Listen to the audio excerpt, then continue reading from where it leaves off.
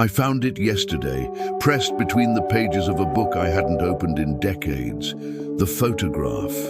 It was faded, yellowed by time, creased in the corners, but the boy was still there, his face frozen in the softness of youth. His eyes, wide and unaware, one shoelace undone, a small scratch on his cheek. And that smile, half mischief, half innocence. I held the picture for a long time. At first, I wasn't even sure why it was there. I don't remember putting it between those pages. Maybe I didn't. Maybe it wanted to be found. His name was Elias. He wasn't my son. Not by blood, but he was mine in the way that time and war make people belong to one another, in the way loss binds more tightly than love, in the way a photograph, once forgotten, can shatter a silence held for half a lifetime. Elias was 7 when the war began. His village was the kind they never show on maps. A crooked river, 2 bakeries, and a school with no roof. His mother, Lena, worked at the market. His father, I never met him. Rumor was he disappeared during the last uprising, or maybe he just walked away like so many did. War has a way of swallowing names. The day I met Elias, he was hiding beneath a table, gripping a rusted tin soldier. The world above him was on fire. Not literal flames, though those would come later, but the chaos of marching boots, broken windows, and grown men shouting at nothing. I ducked into the house by instinct, looking for shelter, not realizing I had found something else. His eyes met mine, dark, scared but unblinking. He didn't speak, didn't cry, just held that toy soldier and stared. I raised my hand slowly, whispered something, I don't remember what, and waited. He never looked away. Later, his mother returned. She didn't scream when she saw me. A stranger crouched beside her son. She just dropped the basket she was carrying and collapsed to her knees. "Are you here to take him?" she asked. I shook my head. "I don't even know where I am." She laughed, a broken, tired sound.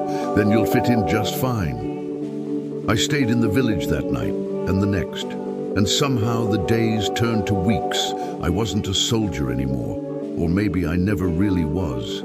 I had deserted months earlier, unable to stand the noise of it all. The commands, the blood, the orders shouted by men who had forgotten the names of their own children. Elias took to me like sunlight, quiet at first, watching from corners, following me with his eyes. Then one morning he appeared at my side with a piece of bread and a question. "Are you broken too?" he asked.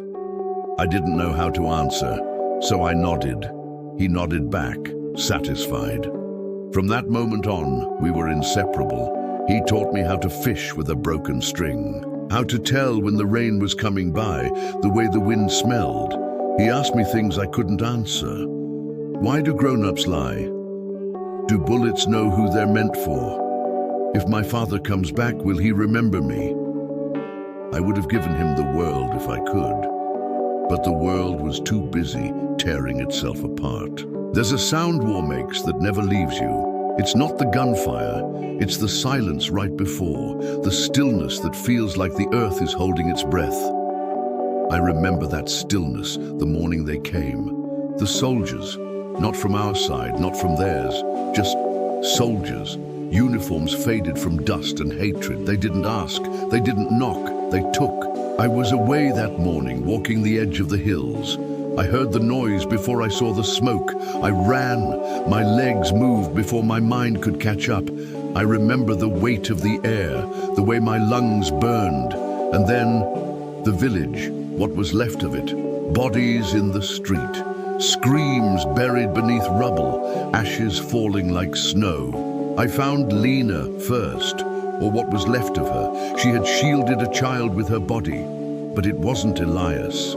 I searched for hours, days, asking anyone still breathing if they had seen him.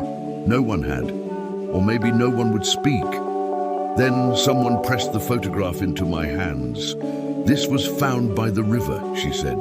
"They say the boy tried to run." It was the photo I hold now.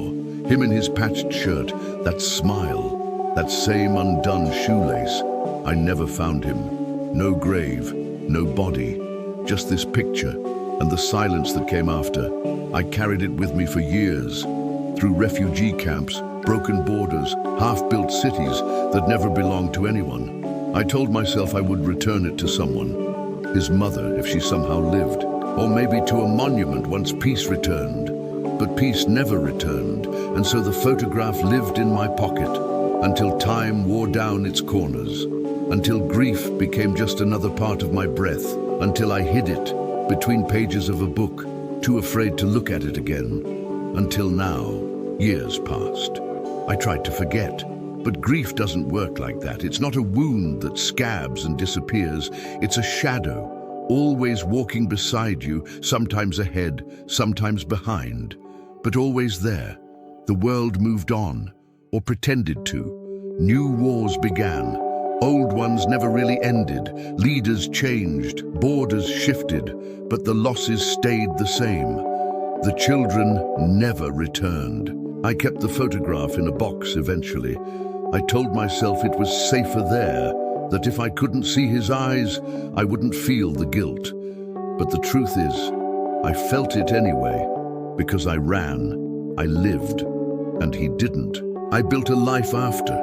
Not a glorious one, a quiet one, a job fixing radios, a cat who never listened, a one-room apartment that never quite stopped smelling like smoke.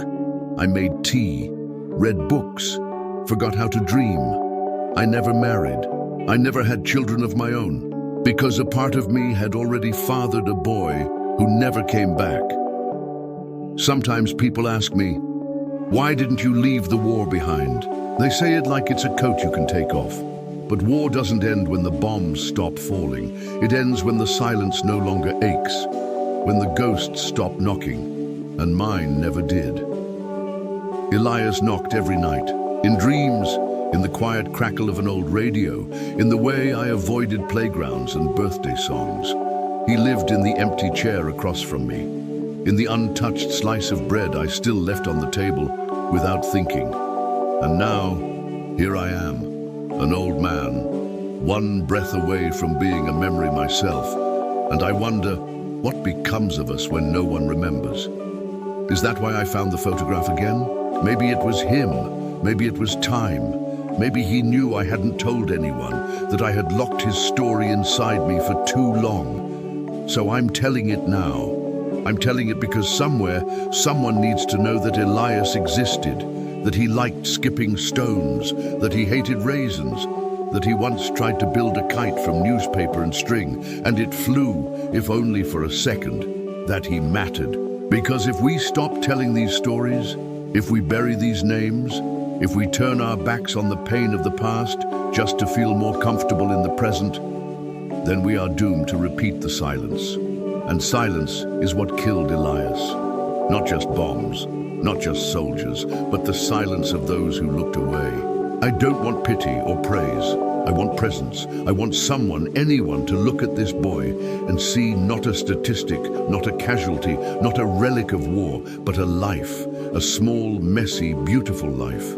I want someone to say his name, Elias. Say it softly. Say it like a lullaby. Say it so the world never forgets what it stole. There's a park near where I live now. Children play there. Their laughter rings through the trees. It's a sound that both heals me and breaks me. I go there sometimes. I sit on the bench and listen. And in that chorus of joy, I imagine his voice among them. Laughing, running, living. And for a moment, I let myself believe he made it. That he escaped, that he grew up, that he built kites that actually flew. But then the wind shifts, and I remember he didn't. Because war doesn't just take lives, it steals futures. So if you're still listening, I ask you, when you see a child smile, remember Elias. When you hear laughter echo across a field, remember what it costs to silence it. And when you speak of war, don't speak of glory. Speak of ghosts, of photographs in forgotten books, of boys with undone shoelaces and questions that never got answered, because those are the stories that change the world, not the ones written in blood, but the ones whispered in grief, not the ones told by generals, but the ones remembered by survivors. Not the stories that make you feel strong, but the ones that make you feel everything else. So say his name again. Say it louder this time. Elias.